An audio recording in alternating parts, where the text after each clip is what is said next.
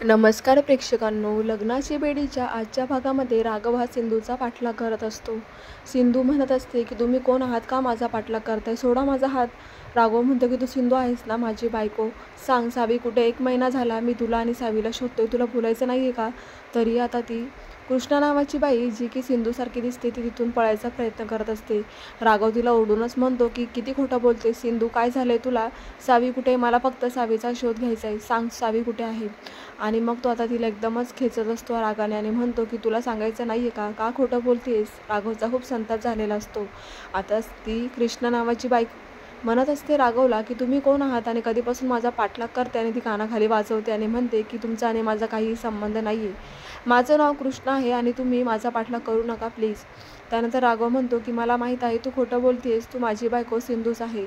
मग सिंधू म्हणत असते की मी कोणी सिंधू नाही आहे, आणि ती 4 माणसाला तिथे बोलवून सांगते की ह्या माणसामुळे मला त्रास होतो, याला जरा समजावा. आता तिथे ते लोक येतात आणि म्हणतात की कोण आहात तुम्ही, काय काम आहे, का त्या बाईच्या मागे लागलात. आता राघव त्याचा ID दाखवतो, त्यामुळे त्या लोकांना कळतं की हा पोलीस आहे, म्हणून ते खूप घाबरतात आणि राघवला म्हणतात की उलट आम्हाला तुमच्या मदतीची गरज आहे, इथे गावामध्ये खूप चोर आले, त्यांचा बंदोबस्त कराल का. तर राघव म्हणतो की नक्कीच. त्यानंतर राघव पुन्हा सिंधूचा शोध घेत घेत पुढे जात असतो आणि मग त्याला सिंधूच्या बोलण्याचा आवाज येतो, म्हणून तो मागे होऊन वळून बघतो तर त्याला एका बाईबरोबर सिंधू बोलताना दिसते. तो तिथे जात असतो, तितक्यातच सिंधू तिथून गायब होते. आणि मग आता त्या बाईलाच राघव विचारू लागतो की इथे एक मॅडम होत्या, त्या कुठे, तिचं नाव सिंधू आहे. तर ती बाई म्हणते कोण, इथे तर कृष्णा होती. आता राघवला कळतं की म्हणजे सिंधूचं नाव कृष्णा आहे, म्हणून तो म्हणतो की त्या कृष्णाबरोबर माझं काम आहे, कुठे आहे ती. तर त्या बाईला इकडनं सिंधूने खुणवलेलं असतं की बोलू नका म्हणून. तर ती बाई म्हणते की इथे कोणीच नाही आहे आणि आता एक कृष्णा नावाची मुलगी होती, तीही इथून गेली. सिंधू तोपर्यंत लपून बसलेली असते आणि सिंधू राघव गेल्यामुळे बाहेर येते आणि त्या बाईला म्हणते की काय म्हणत होता तो पोलीस बाबा. तितक्यातच राघव तिच्या मागून तिला हात लावतो आणि म्हणतो की काय बोलत होती सिंधू तू, मला तुझ्या मदतीची खूप गरज आहे, तू माझ्या घरी येणार का. आणि मग तो सांगत असतो की माझ्या आईला बरं नाही आहे, कारण माझी बायको तुझ्यासारखी दिसायची, ती 1 महिना झाला घरातून गायब झाली आहे, त्यामुळे तू सिंधू बनून जर माझ्या घरात आली तर मला खूप मदत होईल, तुला त्यासाठी मी कितीही पैसे द्यायला तयार आहे, त्यामुळे तुला येशील का. आता सिंधू इकडे म्हणत असते की पण पोलीस तुम्हाला पकडून घेतील, कारण मी फक्त 17.5 वर्षाची आहे आणि तुमची बायको म्हणून मी कशी येणार. आणि रडायला लागते. तर राघव म्हणतो त्याची काळजी तू करू नकोस, पोलिसांना कसं हँडल करायचं ते मी बघेल. आता सिंधू तर राघवला मिठीच मारते आणि म्हणते की नाही नाही नाही, मी नाही येणार, मला खूप भीती वाटते पोलिसांची. आणि मग ती राघवचं पाकीट मारते आणि तिथून पळून जाते. तिच्याबरोबर ती बाईही निघून जाते. ती बाई आता बाजूला जाऊन कृष्णाला म्हणत असते की तुम्ही असं निघून का आलात. तेव्हा ती सांगते की त्या पोलिसाचं पाकीट मारलंय मी. इकडे राघव आता विचारातच पडतो की हिला कसे हँडल करू कळत नाही आणि तो रागानेच घरी निघून येतो. घरात आल्यावर तो शांत बसलेला असतो. तितक्यातच रत्नाकर त्याला विचारतात की राघव, काही तपास लागला का सिंधूचा. मग आता राघव म्हणतो की मी आता गावच्या देवळाच्या इथे गेलो होतो, तिथे एक बाई मला दिसली आणि ती सेम सिंधूसारखी दिसते, तिचा मी पाठलाग केला आणि तिच्याशी बोललो सुद्धा, पण ती असं म्हणते की ती कृष्णा आहे, पण मला 100% गॅरंटी आहे ती सिंधूच आहे, पण ते असं का करत असेल याचं कारण मला अजूनही कळत नाही आहे. पण आता रत्नाकर म्हणतात की बाळा, तुझ्या आईची तब्येत खूप सिरियस झाली आहे, तू जर त्या मुलीला नाटक करून ह्या घरामध्ये आणलंस तर बरं होईल. तिला सांग की तू सिंधू बनून ह्या घरामध्ये ये, थोड्या दिवसांसाठी आपल्याला हेच करावं लागेल. आता रत्नाकरचं म्हणणं राघवला पटलेलं आहे. राघव म्हणतो की मी तेच करण्याचा प्रयत्न करतोय, पण ती मुलगी काही तयार होत नाही आहे. कृष्णाला कसं मनवायचं तेच मी विचार करतोय. आणि मग राघव पुन्हा आता कृष्णाचा शोध घेण्यासाठी बाहेर निघून जातो.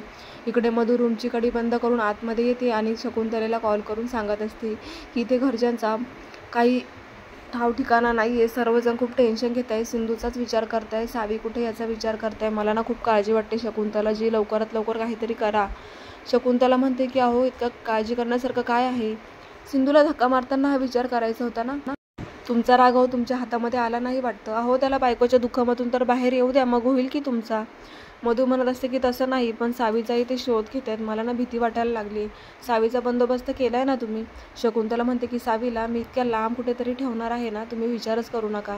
आणि मग मधूला ते बोलणं आठवत असतं, कारण शकुंतला म्हणते की तुम्ही तिला ढकललं आहे की चुकून तिचा पाय घसरला हे तूच विचार कर मधू म्हणते की मी ढकललं नाही आहे, पण आमच्या झटापटीमध्ये ती चुकून पडली आहे.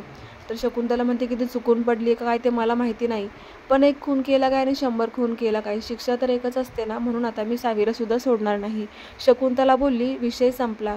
आणि मधुला इकडे काळजी वाटू लागते की म्हणजे सावीचं काय करणार आहे शकुंतलाजी. शकुंतला म्हणते की फोन ठेवू का, मला जरा काम आहेत, आणि त्यात मधूचा विषय टाळत फोन ठेवून देतात. तर दुसरीकडे आता राघव आणि ऋषभ बाहेर चाललेले असतात, तर ते आता सिंधूचा शोध घेत आहेत. तितक्यातच राघवला का चहाच्या शॉपमध्ये सिंधू दिसते. आता राघवला तो सांगत असतो की हे बघ, ही सिंधूच आहे ना. राघव म्हणतो की नाही, हे शक्य नाही, सिंधू आणि अशा अवतारामध्ये ही कोण मुलगी आहे कळत नाही मला. म्हणून ते मुद्दामून तिच्याकडे चहा पिण्यासाठी येतात. आणि मग ते सिंधूला म्हणतात की 2 कटिंग. सिंधू चहा देताना बघते तर तिला कळतं की हा तोच पोलीस बाबा आहे जो माझा पाठलाग करतोय. म्हणून आता ती पैसे मागत असते की मला चहा पिल्याचे पैसे द्या. राघव म्हणतो की मी पैसे देणार नाही. तर आता ती मुलगी रडायलाच लागते. ती म्हणते की तुम्ही असं कसं करू शकतात, हे चहाचं दुकान माझं नाही आहे, ज्या माणसाने मला हे सोपवलं आहे त्याला मी काय सांगणार, प्लीज माझे पैसे द्या. म्हणून राघव आता म्हणतो की रडू नको बाई, हे घे 20 रुपये. आणि 20 रुपये देऊन राघव तिथून निघून जातो. तर सिंधू त्यालाच बघत असते. हा भाग इथे संपतो. पुढील भागामध्ये राघव आता पोलीसच्या वर्दीमध्ये आलेला असतो. तो जोरात दरवाजा वाजवतो आणि समोरून सिंधूच तो दरवाजा उघडते. सिंधू आता राघवला पाहून तिला खूप मोठा धक्का बसतो, कारण त्या चोरीचा काहीतरी विषय बोलत असतात. आणि मग सिंधूला असं वाटतं की माझी चोरी पकडली गेली की काय. आता ती बाई म्हणत असते की हा पोलीस बाबा किती दिवसांपासून तुझ्या मागे लागलाय, तुला घरी न्यायचं म्हणत आहे तर जा ना त्याच्या घरी. आणि मग सिंधू आता म्हणते की ठीक आहे, तुम्हाला असं वाटतंय ना की मी तुमच्या घरी तुमची बायको म्हणून यावी, मी तयार आहे तुमच्या घरी यायला, पण त्याच्यासाठी एक अट तुम्हाला मान्य करावी लागेल. तर प्रेक्षकांनो, आता सिंधू राघवला कोणती अट सांगणार हेच आपल्याला पाहायचं आहे. तर आता पुढे काय होणार हे पाहण्यासाठी चॅनलला नक्की सबस्क्राईब करा. नोटिफिकेशनसाठी बेल आयकॉनवर क्लिक करा, म्हणजे तुम्हाला रोजचे अपडेट्स वेळेवर पाहायला मिळतील. धन्यवाद.